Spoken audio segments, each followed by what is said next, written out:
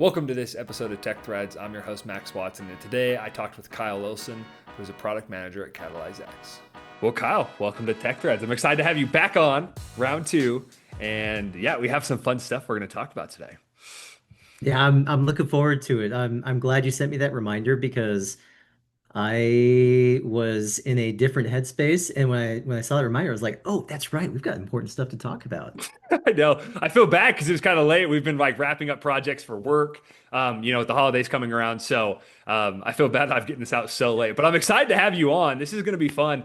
Um, I know a lot of people know you, and today we're going to talk about kind of your journey because you kind of had a job, kind of got hit with some layoffs, and then you have a job again, and you went through this whole like process of relearning the whole, the job seeking process. And so I'm excited to have you on to talk about that, kind of share what you learned about it. But for people who didn't listen to the last one and might not know you, could you kind of explain who you are, what you do, a little bit about yourself? A lot has changed since the last one that I did. So like my intro might be a little bit different. But yeah, I'm Kyle. I am a product manager in the software as a service space. Right now working as a product manager in legal technology. Yeah, was a customer success manager and lived in that customer success world for a long time, doing customer success operations, and transitioned over into product management about 5 years ago. And like you said, I went through um, a couple different stints of layoffs, all in the course of a year. So three times in a year, and each time I was able to find new employment. And each time I learned something different. It took a little bit longer because like the market just gets, I feel like it gets harder and harder. But I'm glad to be here because I've learned a lot, and I think a lot of the advice that's out there is good, but from my experience, just anecdotal experience, I think there's different ways that we can approach it. 100%. And I had Alba on last week, and she also kind of talked about like the journey. She recently just transitioned careers and switched companies, but she was saying, I yeah, saw.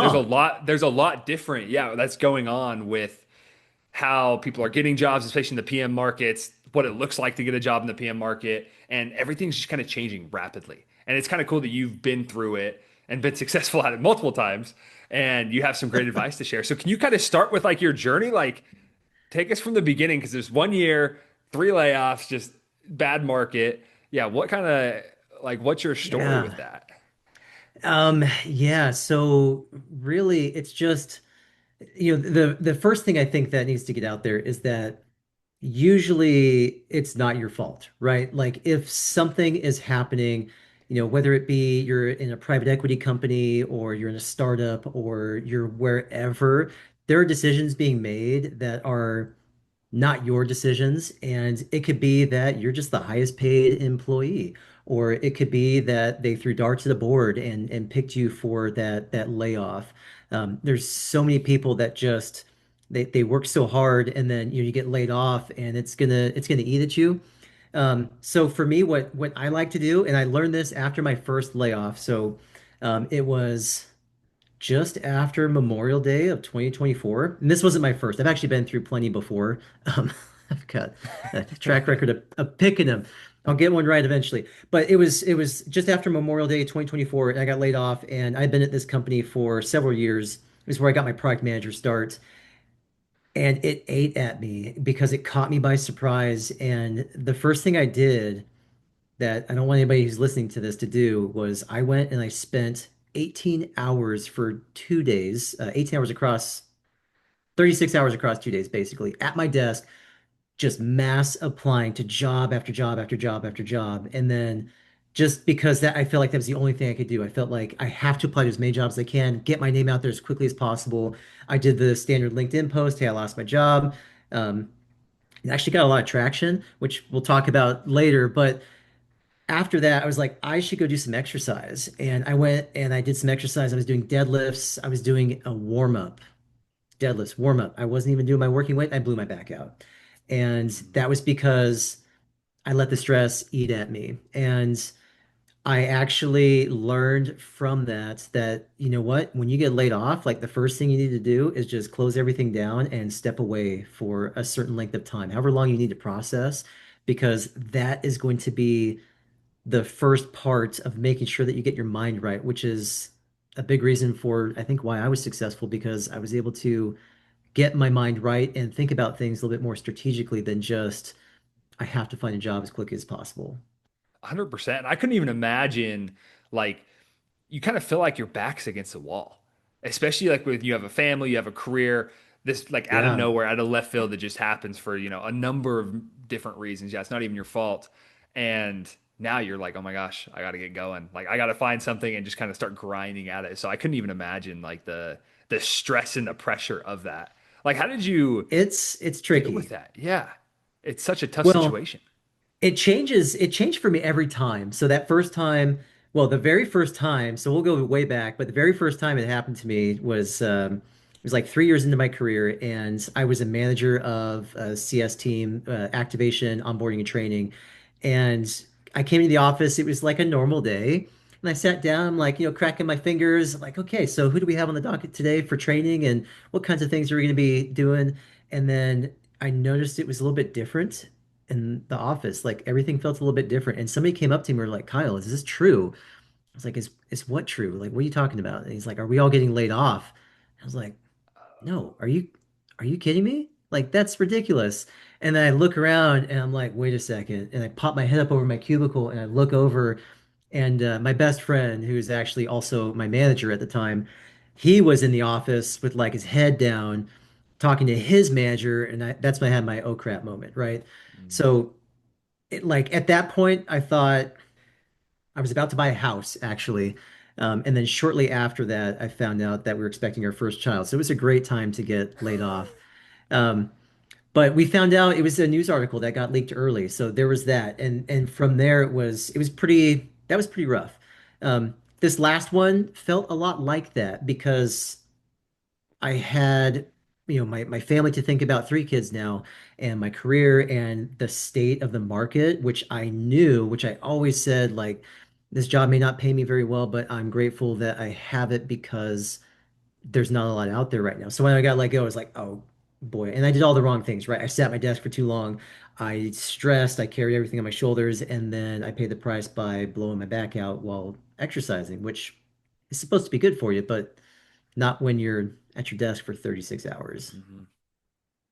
No, 100%. And that's even, I mean, like for you, has it seemed easier over the times? Because I feel like for me, especially in like high stress situations, um, like I'm just thinking back to like sports. Like the first time when I was Yeah. playing in a high stress situation, it was like my world was rocked. Like it was super intense. But as I kind of got farther into my career and especially like in college, it got a lot easier. And I feel like when I was in high pressure situations, I turned into like liking them. I'm like, ooh, this feels like kind of nice. I haven't felt this in a while. Like I like this. I'm sure a job search is nothing like that at all. But did it get Yeah. easier as you kind of like honed in on the process that you were taking after each one? Yes, it does. It took a couple of times for it to happen where there was like this shift in energy between what am I going to do to provide for my family to, well, I've been here before recently, and I know what I'm going to do to provide for my family. So let's just get out there and do it. Take a little bit to get my affairs in order and get things situated, draft up a LinkedIn post and put it out there. That's like the first step, I think, in like every situation once you're ready to start actually looking. But it does unfortunately get easier, but it's because you've been there and you know what to do. So like in my case, it was 3 times. So it was just like a really bad old hat to have, but it was a hat nonetheless, right? Yeah. And I'm sure people out there who either have gone through this or will go through this in the future hearing this podcast, like that's probably got to be relieving to them knowing that it does get easier. It's not like the end of the world. There are ways forward and to do it successfully, there are a lot of ways to kind of help boost that process. Do you have, I Yeah. mean, from your experiences, do you have any things that stood out as very beneficial that people don't really know about as Yeah. you kind of went through the process? Yeah, that boy, that's a broad question because that is like the crux of why I feel like I was successful because there were a lot of things that stood out to me that only became apparent after I hurt myself. Because after I had that moment where I hurt myself and I just couldn't move anymore, and now I still had to hunt for a job while doing that, I thought, you know, I know what I should have been doing, and I just went and fed into that cycle of like sitting at my desk for so long and trying to accomplish something, but didn't. So the mindset shift that I had after that was I need to look after myself first and foremost because I can't take care of my family. I can't take care of applying to jobs and interviewing and everything else that I need to if I'm not in the right headspace. So for me, actually, what has been the most successful is spending as little time as I can job hunting every single week. Like the absolute bare minimum amount of time that, and you'll know like you're underperforming or you're doing enough to get yourself by. But that was for me the biggest aha moment because I could time box it and say, I have an hour a day or 2 hours a day to post on LinkedIn, to network, to apply to a job or to two jobs, and to make these efforts. So I need to be all in right now because I don't have any more time. I'm going to be drained after this, and I don't want to be drained for my family. I want to get out there and go to the park and play with my kids and exercise and do all these other things. So spending as little time as possible in the trenches makes it so that your efforts there are better, more calculated, more strategic, and then you're saving the best parts of yourself for everything else that you need to do to prepare yourself for the next day. That's such a good approach to it. And I feel like that applies not just to job searching, but also all these other aspects of life. Like I feel like I just got hit with wisdom as you were speaking that. Just wait until I Yeah. talk about sitcom reruns because the first time around, what really got me through, and there's actually like some psychological studies about these, which is why I started doing it. But I grew up on Home Improvement, like not doing Home Improvement, which I did do, but the show. And the one thing that really helped to settle my mind during that time was watching reruns of Home Improvement. So every day, like after the kids would wake up from their naps, we'd sit down, we'd watch some Home Improvement together, and it was great. It was my way of decompressing by watching something that was familiar to me and felt like home. So that was great. And there's other things that you can do, but for me, Home Improvement was really one of the biggest things that helped to reset my mind each day. Yeah, just kind of detoxing and just letting your body rest. I mean, kind of going back to what you said earlier, like you were only spending a couple hours a day instead of like 16-hour stints doing the whole job search process. What did that look like? Was there like, how did you maximize that time to kind of get, the most out of it?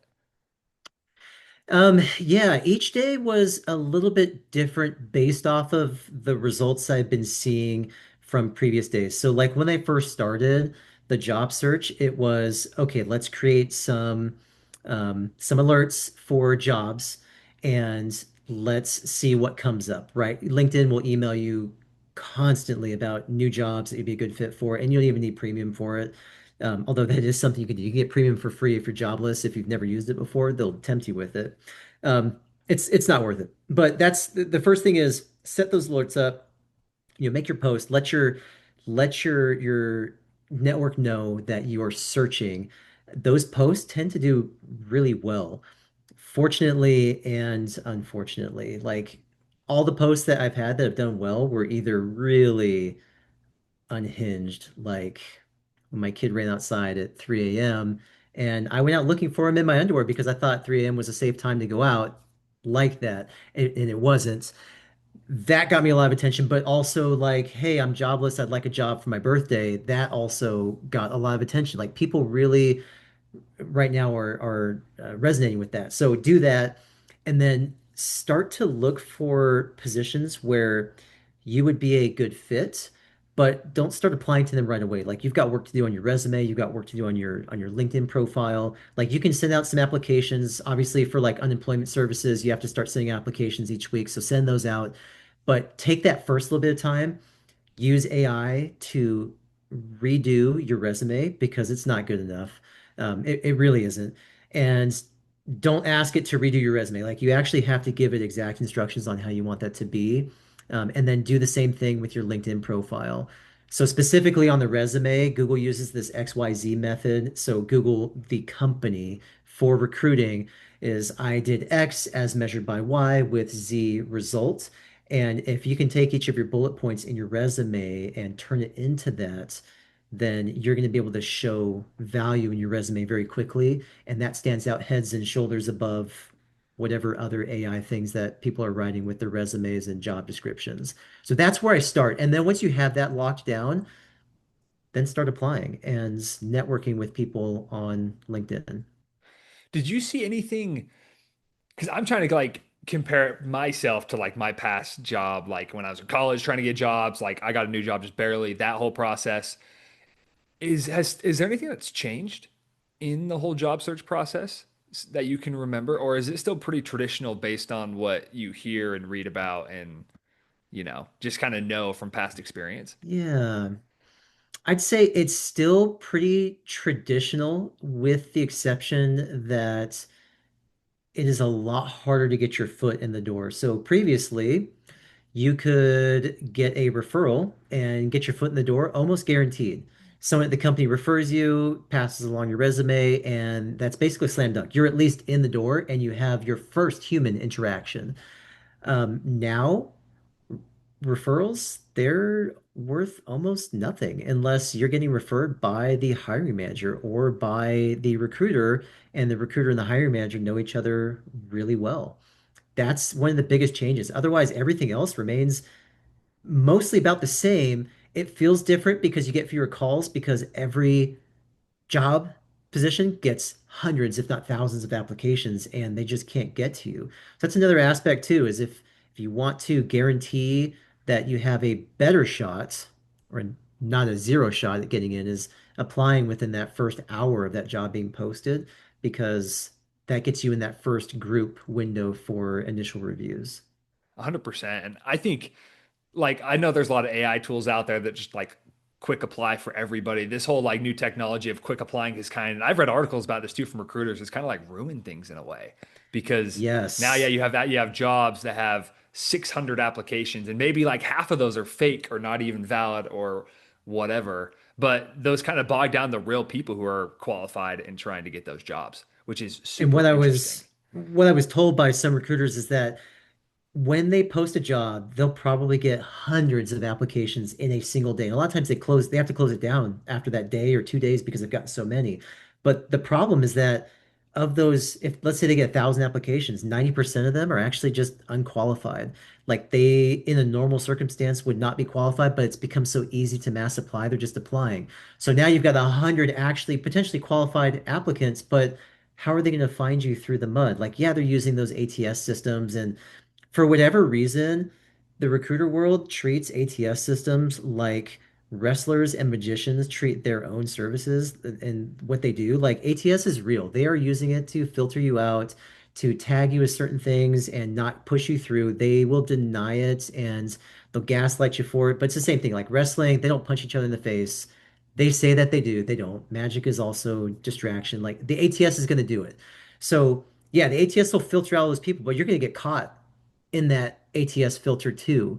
So you have to stand out somehow.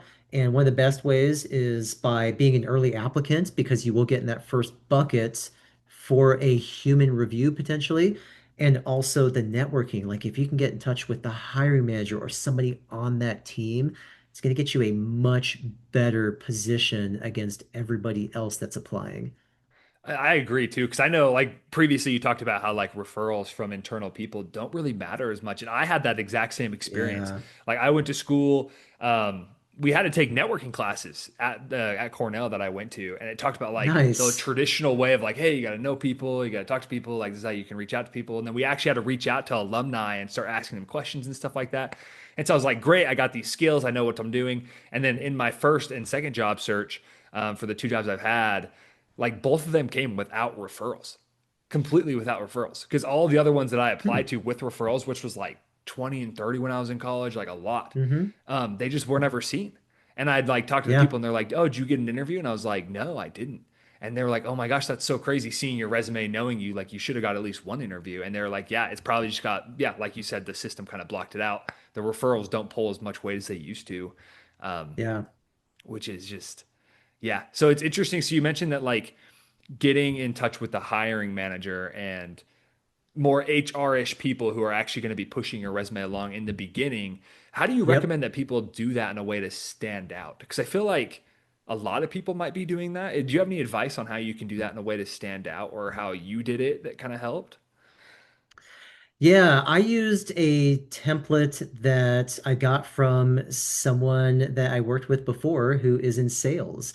And it's very successful at sales. And he also used this template. And it was basically just, he said, go and find like 10 different people at the company that work in that generic or like the general area where you want to be and send this message to them. And it's basically, it's not asking them for anything. It's just more like a, hey, saw you worked at this company. I work as this, and I'd love to just ask you a couple of questions about how you like working there. What things do you like, and if you'd be interested, love to meet with you. If not, that's okay. Just like a really open-ended, it's a lot more salesy than that. Like I'm not a good salesperson, so I'd have to look it up to see exactly what it said. But basically just copy and paste that and send it out and modify it for the people that you're talking to. And it's really just like a just an invitation to connect, but not asking them to refer you is the key. Like they don't want to tarnish their name or reputation or refer you, but a lot of times people are open to like a quick coffee chat about their experience and networking. And then at the end, they might say, you know what, you seem like a cool guy, and I noticed you're unemployed, so maybe I'll refer you. It didn't work out like that for me. I got my job in a different way, but that was a great way for me to get in touch with hiring managers or hiring manager adjacent people. What, yeah, for sure. And one thing I thought was super interesting when it comes to like reaching out to people is how willing a lot of people are to chat and to Yeah. respond. Because a lot of times I feel like we're like, oh my gosh, like I don't want to like this person has no idea who I am. I'm just gonna reach out. I don't want to like make it awkward or whatever. But as I kept on doing it, I realized that a lot of people are actually willing to like hop on calls and answer questions, kind of like you said, just like, hey, I want to learn and can I ask you some questions? And a lot of people Yeah. I've seen do that. And I think it's because I actually saw somebody who posted just before we jumped on about kind of the same thing. And I think it's because people are noticing that there is that lack of human interaction because of AI, right? Like everyone's thinking, we probably need to start being more human and supporting each other. So when I was searching, I won't lie, like there were a lot of people that just would flat out ignore my messages. One person turned one of my messages into a LinkedIn post about what not to do. And I thought, whoa, whoops, like I guess I shouldn't ask if somebody wants to meet with me because they didn't like that. But it was just like everyone has their own way of reacting to things. For me, right now, my following is still manageable where I can respond to every DM. So I do. I respond to every DM I get. Anyone who's got questions about the job search or wants to pick my brain, I invite them to chat. And recently, I've been trying to meet with one person a week just to answer questions about the job hunt, support them how I can, go over the resume with them, talk to them kind of like how I'm talking to you right now. I'm not an expert. I've just been through it. And sometimes talking to somebody who's been through it and who has come out the other side is helpful and can just shine a light on that dark space that they're going through. Yeah, did you have any like general questions or topics that you got while you were in your job search process or after you've had your job and a lot of people are reaching out asking questions? Do you have any general topics or questions that a lot of people have reached out about that you want to share on? How do you find a job? Or how'd you do it? Yeah, like usually it's like that, or um, like they don't ask. Not many people have asked like really direct questions about specific things. Usually it's more generic questions like how do you get referrals? How did you go about your job hunt? How many companies did you apply to? Things like that. And I think they're probably expecting me to say, what we normally hear is mass apply, like it's a numbers game and things like that. And for me, I kind of tell them to stop applying so much and take some time to reassess your resume, but also don't spend too much time doing it and get outside, go exercise and get your head right because once your head is in the right space, the rest of it will start to click very quickly and you'll see the incremental steps that you're taking are getting you closer and closer. So I always recommend just really, and I actually ended up turning off notifications on LinkedIn. I don't have notifications on LinkedIn anymore. Um, Part of it was because I had a post go so freaking viral that my phone was like almost unusable and I had to turn them off. And I was like, I just need to turn them off. So I turned them off, but I still go in and check all the time. But yeah, it's just you've got to be like even disconnecting from LinkedIn like that also was a mental boost for me. I love LinkedIn. I love, posting and interacting and doing different things, but you still have to turn off those notifications and step out of that zone for some time. 100%. And it makes actually a lot of sense since you mention it. Because if you think about it, like when you get to these interviews, you need to be on your A game. You need to be as fresh and as sharp and as prepared as you possibly can. And a lot of times the job Yeah. search, from what I've heard, it's brutal. Like mentally, physically, like you actually feel a drain from doing it. And so if you do it constantly and then you finally get your opportunity to showcase yourself, and if you're not 100%, that can really come off like the wrong way and Yeah. hurt your chances of getting these jobs, especially once you actually get an opportunity to talk to somebody and you kind of get into that like perspective funnel that HR teams have. So it makes a lot of sense That's to have, good. yeah. No, I'm glad you mentioned that because one of the things that I think everybody needs to do is practice your interview skills because you are not interviewing the way that you think that you are.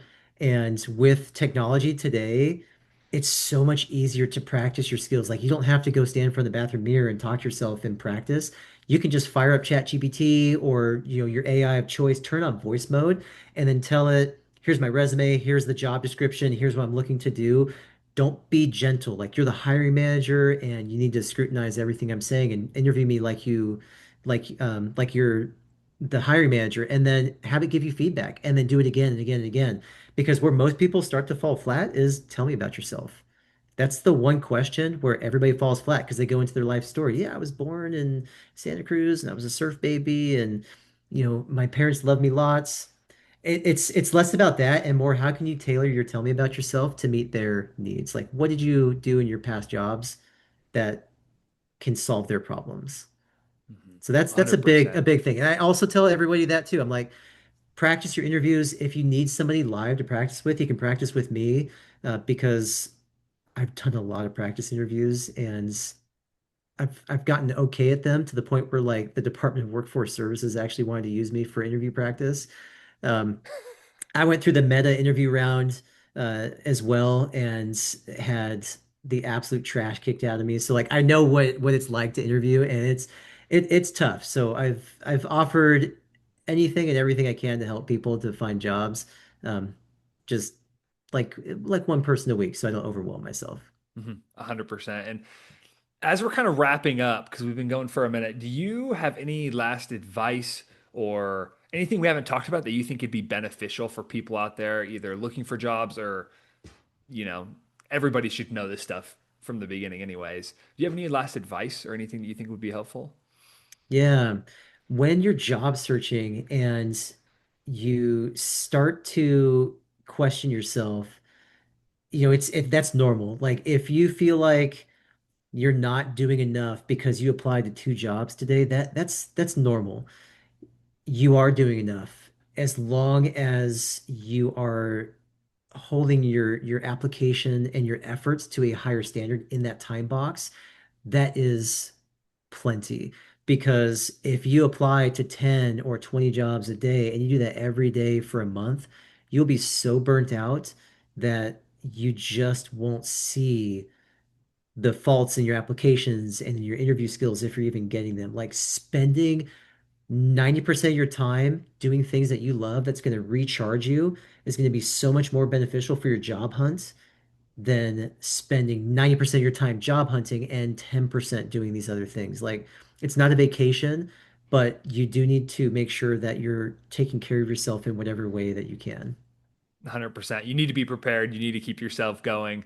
I feel like a lot of like my sports background is being echoed in what you're saying, especially the way we prepare for like Yes. sporting events and games. Like, it's not just go, It's go, go. There's it's up times. here. Yeah. Mhm. Yeah, 100%. But Kyle, thanks again for hopping on and sharing. I know there's, like you've mentioned, there's a lot of people out there who want to know about this, especially this time of year, with the spring coming up next year, which is a huge hiring season. Um, yeah, I really appreciate you hopping on. Yeah, thank you so much. To anyone out there looking, if you're looking for someone to bounce ideas off of or have a quick sit down, I'm open. Like I said, each week I'm just trying to help one person however I can. So feel free to reach out to me on LinkedIn, send me a message, connect with me. That'd be great.